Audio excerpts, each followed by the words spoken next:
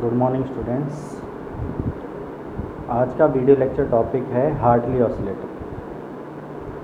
पिछले video lecture में हमने पढ़े थे दो ऑडियो फ्रीक्वेंसी ऑसिलेटर, यानी कि जिनको हमने आरसी ऑसिलेटर भी कहा था, वेन ब्रिज ऑसिलेटर और आरसी फेज शिफ्ट ऑसिलेटर। ये दोनों जो ऑसिलेटर थे ये अपने आउटपुट पर बहुत कम फ्रीक्वेंसी प्रोड्यूस करते थे, इसलिए इनको लो फ्रीक्वेंसी ऑसिलेटर, या क्योंकि इनके फीडबैक नेटवर्क में आर और सी यानी रेजिस्टेंस और कैपेसिटेंस से मिलके ही इनका फीडबैक नेटवर्क बनता था, तो इनको आरसी ऑसिलेटर भी कहा गया था। आज जो हम टॉपिक स्टार्ट करने जा रहे हैं उसका नाम है हार्टली ऑसिलेटर।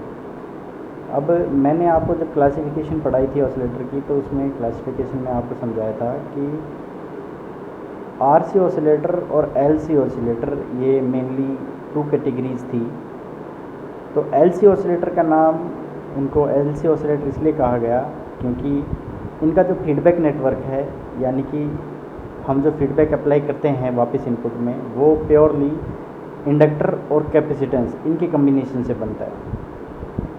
अब ये जो इंडक्टर और कैपेसिटेंस हैं, इनका जो काम है वो आउटपुट को इनपुट में 180 डिग्री का फेज शिफ्ट प्रदान करना है, क्योंकि 180 डिग्री का फेज शिफ्ट तो एम्पलीफायर प्रदान करता है और 180 डिग्री का इन एलसी नेटवर्क को प्रदान करना होता है। टोटल 360 डिग्री का जो हमें एक ऑसिलेटर के लिए रिक्वायरमेंट होती है वो ये कर देता है। तो पहला जो हम ऑसिलेटर ले रहे हैं वो ले रहे हैं हार्टली ऑसिलेटर।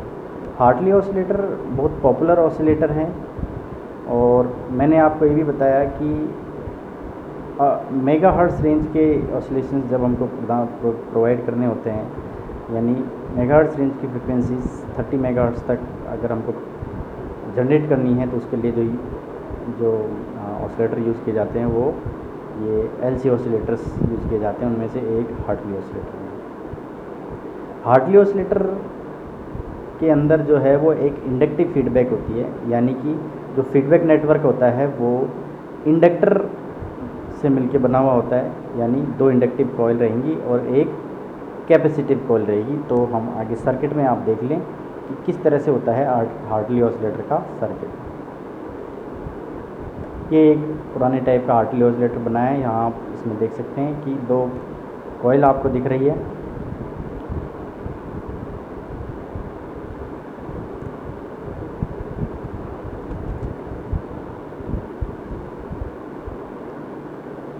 ये आपकी दो कॉइल हैं,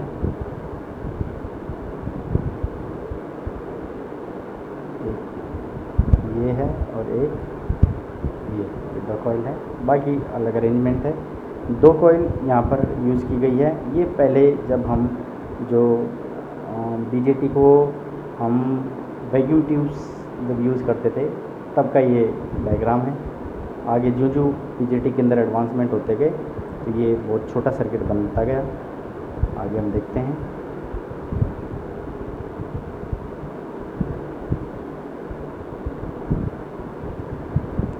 ये एक बेसिक जनरल सा हमारा हार्टली ऑसिलेटर है।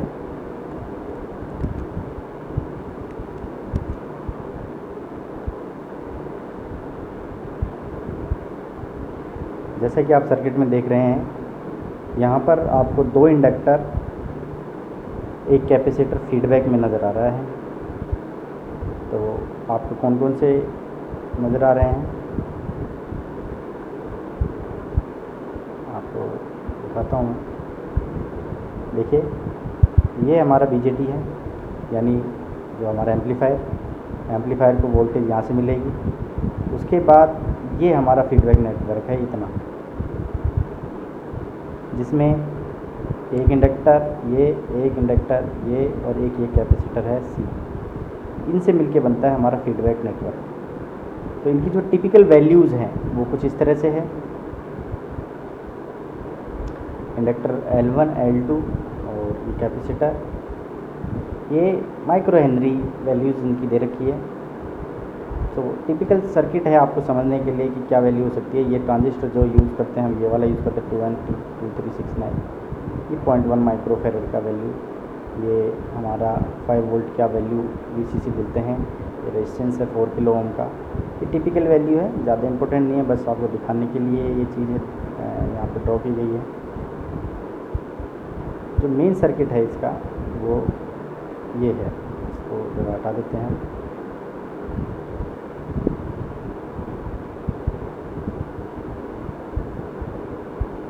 ये देखिए, ये है हमारा हार्टली ऑसिलेटर का सर्किट। जो ये देखिए इंडक्टर है, इंडक्टर L1, इंडक्टर L2 और कैपेसिटर C है। यही रिस्पॉन्सिबल है पूरे वर्किंग के लिए, क्योंकि फीडबैक हमको यहीं से मिलती है। ये तो हमारा सिंपल एम्पलीफायर सर्किट आपको पता ही है, ये इतना तो हमारा एम्पलीफायर है। ये जो दो रेजिस्टेंस है R1 और R2, ये तो हमारा बाइसिंग रेजिस्टेंस होता है इनपुट पर। यहाँ पर हमको 0.8 वोल्टेज 0.7 वोल्टेज मिनिमम चाहिए होती है उसको प्रदान करने के लिए। ये हमारा कलेक्टर है, कलेक्टर पे लोड RFC कॉइल ली हुई है, और ये हमारा कपलिंग कैपेसिटर है जो कपल करने का काम आता है। देखो यहाँ से इस आउटपुट को वापस फीडबैक दे रहे हैं, इस नेटवर्क के थ्रू वापस इनपुट के थ्रू यहाँ फीडबैक वापस आ रही है। देखिए, ठीक है। अभी जो फीडबैक आ रही है वो इस फीडबैक नेटवर्क से होके आ रही है, तो ये जो फीडबैक नेटवर्क है यही रिस्पॉन्सिबल है। अब आगे हम देखेंगे कि जो फ्रिक्वेंसी ऑफ ऑसिलेशन है वो पूरा इसी पे डिपेंड करता है, L1, L2 और C की वैल्यू क्या है। फ्रिक्वेंसी ऑफ ऑसिलेशन का मतलब आउटपुट में जो फ्रिक्वेंसी आएगी वो इन्हीं पैरामीटर पे डिपेंड करेगी। चलो आगे देखते हैं।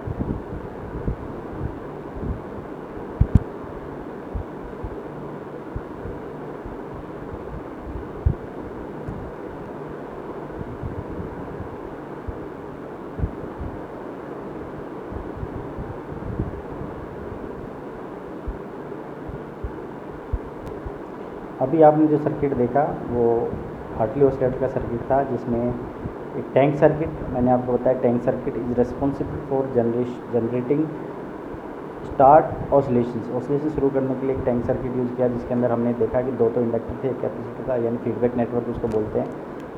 और जो कॉइल L1 है वो इंडक्टिवली कपल होती है L2 से, और ये इसका जो कॉम्बिनेशन है वो एक ऑटो ट्रांसफार्मर की तरह काम करता है। तो मैंने बताया self bye circuit R1 R2 जो रेजिस्टेंस हमने दिए थे 0.7 वोल्टेज के लिए वो यूज़ किया गया। कैपेसिटर C जो है वो DC कंपोनेंट को ब्लॉक करने के लिए यूज़ किया गया। ये सर्किट की डिस्क्रिप्शन है, पूरा जो सर्किट है उसके बारे में बता रहे हैं।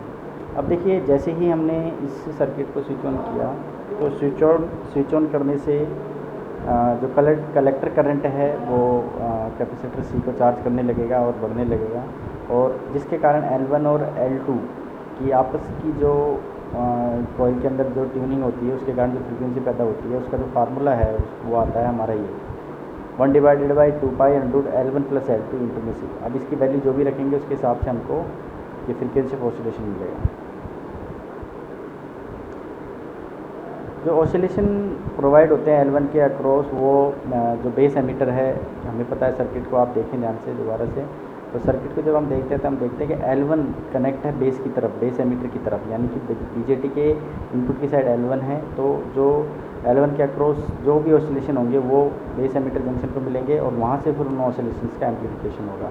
और जो L2 है वो कलेक्टर साइड कनेक्ट है, तो जो इसकी जो एनर्जी है वो वापस जो इनके बीच में म्यूचुअल इंडक्टेंस है L1 और L2 के बीच में, उसकी फॉर्म में म्यूचुअल इंडक्टेंस का जो इंडक्टेंस होगा उसकी फॉर्म को मिला के और फीडबैक वापस हमको इनपुट की तरफ मिलेगा। So output continuously feedback network से होते हुए इनपुट की तरफ आता है, और ये जो L1, L2 और C है ये मिलकर जो फेज शिफ्ट हमें प्रदान करते हैं वो प्रदान करते हैं 180 डिग्री की फेज शिफ्ट प्रदान करते हैं। और हमें पता है BJT जो है यूज़ कर रहे हैं कॉमन एमीटर, वो 180 डिग्री का फेज शिफ्ट देता है, और उसमें जब 180 का फेज शिफ्ट ये जो दोनों इंडक्टर और कैपेसिटर मिलकर देते हैं तो टोटल जो फेज शिफ्ट है वो 180 डिग्री का हो जाता है।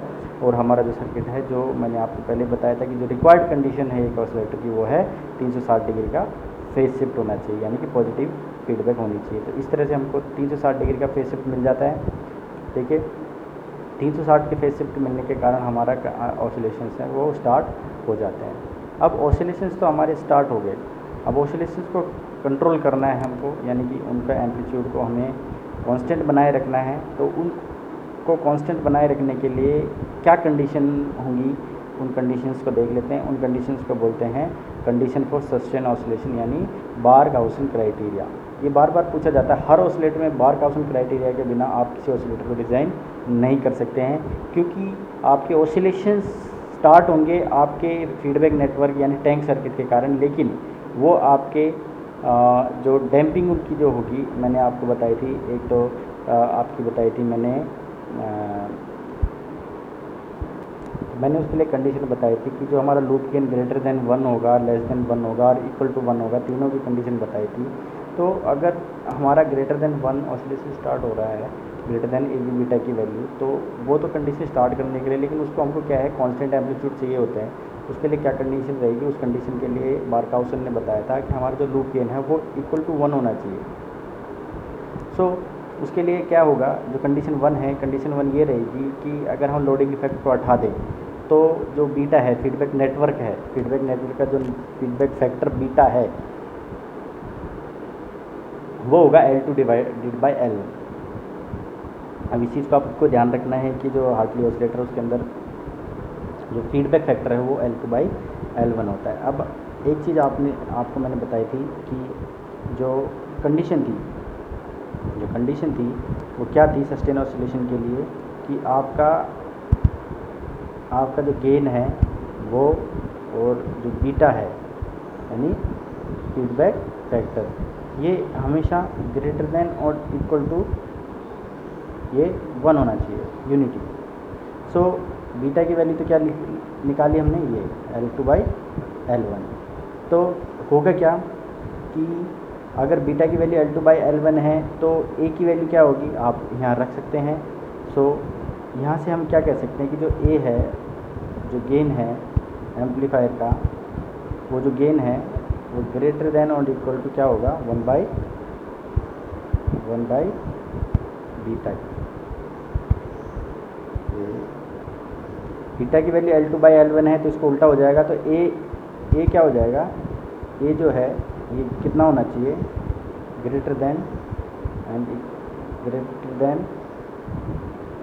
और इक्वल टू क्या, L1 बाई L2। बात समझ में आ गया आपके।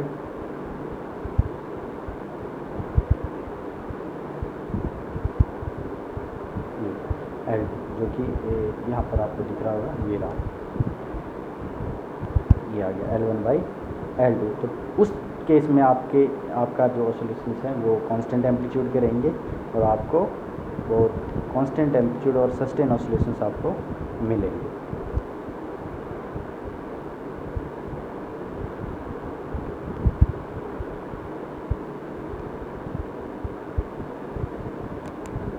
ये तो पहली कंडीशन हुई। अब अगली कंडीशन, ये जो अभी मैंने आपको बताया है, पहली कंडीशन थी। अब दूसरी कंडीशन वही है कि जो आपका फेज शिफ्ट है वो 180 डिग्री के बजाय पूरा 360 डिग्री का होना चाहिए, और 360 डिग्री के लिए आपका जो नेटवर्क है उसको 180 डिग्री का, जो फीडबैक नेटवर्क है उसको 180 डिग्री का फेज शिफ्ट देना पड़ेगा, तभी जाके आपको पूरा जो फेज शिफ्ट है लूप का वो 360 मिलेगा, या 0 डिग्री जिसको बोलते हैं, 360 0 डिग्री ही होता है। तो sustain oscillations are produced in this Hartley oscillator at a frequency for which the total phase shift introduced has the signal travel from the input terminal through the basic amplifier feedback network and mixing network back to input terminal is precisely 0 or an integral multiple of 2 pi। तो ये इसका मैं हिंदी में आपको बता देता हूँ कि आपको अगर सस्टेन ऑसिलेशन लेने हैं तो आपका फीडबैक, आपका जो पूरा जो फेज शिफ्ट है पूरे लूप का वो 360 या 0 डिग्री होना चाहिए। ये दो कंडीशन आप फुलफिल करोगे तभी आपको ऑसिलेशंस, सस्टेन ऑसिलेशंस मिलेंगे। अब हम देखेंगे कि जो फ्रीक्वेंसी ऑसिलेशन है उसका फार्मूला क्या रहेगा। फ्रीक्वेंसी ऑसिलेशन का जो फार्मूला वो ये है जो आपको दिख रहा है, 1 divided by 2 pi L1 plus L2 into BC। अब देखिए L1 प्लस L2 एक्चुअली क्या है, ये मैंने आपको बताया था कि दो कॉइल, इंडक्टिव कॉइल जब आपस में पास होती है तो उनके बीच में सेल्फ इंडक्टेंस की बजाय उनके अंदर म्यूचुअल इंडक्टेंस भी होता है। लेकिन अगर हम म्यूचुअल इंडक्टेंस को नेगलेक्ट कर दें कि उनके बीच में म्यूचुअल इंडक्टेंस 0 है, तो आपका जो फार्मूला है बनेगा वो ये बनेगा। और अगर कभी क्वेश्चन में पूछा जाता है कि आप सेल्फ इंडक्टेंस को भी कंसीडर करें तो प्लस टू एम का फार्मूला भी यूज़ आप करेंगे। एडवांटेज हार्टली ऑसिलेटर की अगर हम देखें तो ईजी ट्यून, बहुत ईजी ट्यून। क्यों, कैसे ट्यून कर सकते हैं आप? क्योंकि फार्मूले में आपने अभी देखा थोड़ी देर पहले कि L1 + L2 इंटू में C है। आप C को चेंज कर दो तो भी आपकी फ्रीक्वेंसी चेंज हो जाएगी, और L1 L2 इंडक्टर की वैल्यू भी आप चेंज कर दें तो आपकी ट्यूनिंग चेंज हो जाएगी। जनरली हम C को चेंज कर देते हैं क्योंकि हमारे पास वेरिएबल कैपेसिटेंस अवेलेबल होते हैं, तो हम आसानी से ट्यूनिंग प्राप्त कर सकते हैं। दूसरा क्या है कि मैंने आपको पहले ही बताया कि जो इसकी आउटपुट फ्रिक्वेंसी जो ये प्रदान करते हैं, ये काफ़ी हाई फ्रिक्वेंसी प्रदान करते हैं। मीडियम जो फ्रिक्वेंसीज होती हैं मीडियम लेवल वाली, यानी मेगाहर्ट्ज़ रेंज की, वो ये प्रदान करते हैं। तो इनकी रेंज काफ़ी लंबी चौड़ी रेंज है। C की वैल्यू चेंज करके हम वाइड रेंज ऑफ फ्रिक्वेंसीज को प्राप्त कर सकते हैं। और रेडियो रिसीवर में इनका एडवांटेज ये है कि जो हार्टली ऑसिलेटर बहुत फ्रिक्वेंटली यूज़ किए जाते हैं एज ए रेडियो रिसीवर, क्योंकि वहाँ ट्यूनिंग की आवश्यकता होती है। और कैपेसिटर को बाहर की नॉब से कनेक्ट कर देंगे तो कैपेसिटर की जैसे जैसे वैल्यू चेंज होगी आपकी ट्यूनिंग फ्रीक्वेंसी चेंज होगी और आप किसी भी सिग्नल को रिसीव कर सकते हैं।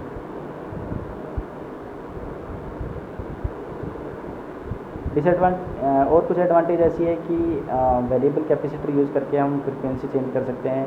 दूसरा, जो आउटपुट एम्पलीट्यूड है वो कांस्टेंट रहता है, क्योंकि हमने अगर बार्कहाउसेन क्राइटेरिया फुलफिल कर दिया तो C की वैल्यू कितनी भी चेंज करो, C की वैल्यू चेंज करने से हमारा आउटपुट फ्रिक्वेंसी चेंज होती है, लेकिन उनका एम्पलीट्यूड कांस्टेंट होता है।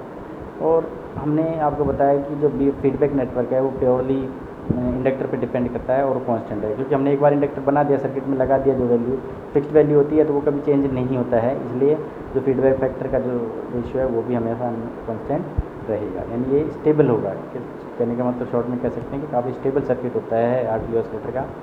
प्रॉब्लम कुछ है इसके अंदर, वो देख लेते हैं कि एक तो हार्मोनिक, देखो जहाँ पर भी इंडक्टर आ गया वहाँ पर हार्मोनिक नॉइज़ तो आपको मिलेगी ही मिलेगी। इस चीज़ को आप ध्यान रखें, क्योंकि मैंने बताया कि L1 L2 का कम्बिनेशन ऑटो ट्रांसफार्मर की तरह कार्य करता है, तो हार्मोनिक डिस्टॉर्शन तो आपको मिलेगी। इसलिए हार्मोनिक डिस्टॉर्शन आप कह सकते हैं, या harmonic rich content of the output, यानी जो आउटपुट मिलेगा उसके अंदर कुछ नॉइज़ आपको जरूर मिलेगी, जो कि इंडक्टर की वजह से होती है।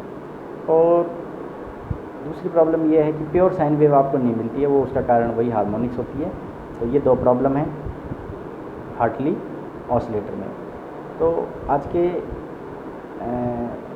आज इसका कुछ यूजेस भी है। Hartley oscillators are extensively use on all broadcast band including FM की जो रेंज है 88 से 108 मेगाहर्ट्ज़ बैंड है। यहाँ इनके अंदर हम इनकी ट्यूनिंग के लिए हार्टली ऑसिलेटर को फ्रिक्वेंटली यूज़ करते हैं। आपने FM देखा होगा, FM के अंदर हम इस नॉब को घुमा के क्या करते हैं, C की वैल्यू चेंज करते हैं। C की वैल्यू चेंज करने से जो फ्रीक्वेंसी, उसकी जो ट्यूनिंग फ्रीक्वेंसी वो चेंज हो जाती है, और जो भी चैनल उस फ्रीक्वेंसी को मैच करता है वो चैनल आपको रिसीव हो जाता है। तो इसकी एक एप्लीकेशन आपने जनरली यूज़ की होगी। सो अगले क्लास में या अगले वीडियो लेक्चर में हम पढ़ेंगे कॉलपिट ऑसिलेटर। आज का जो ये लेक्चर वीडियो है वो इतना ही है, तो आप इसको अच्छे से पढ़िए। कोई अगर प्रॉब्लम है तो आप मुझसे कॉन्टेक्ट कर सकते हैं। So thank you very much for watching this video. Keep watching our YouTube channel, that is GPC Dausa, Government Polytechnic College Dausa. Thank you very much.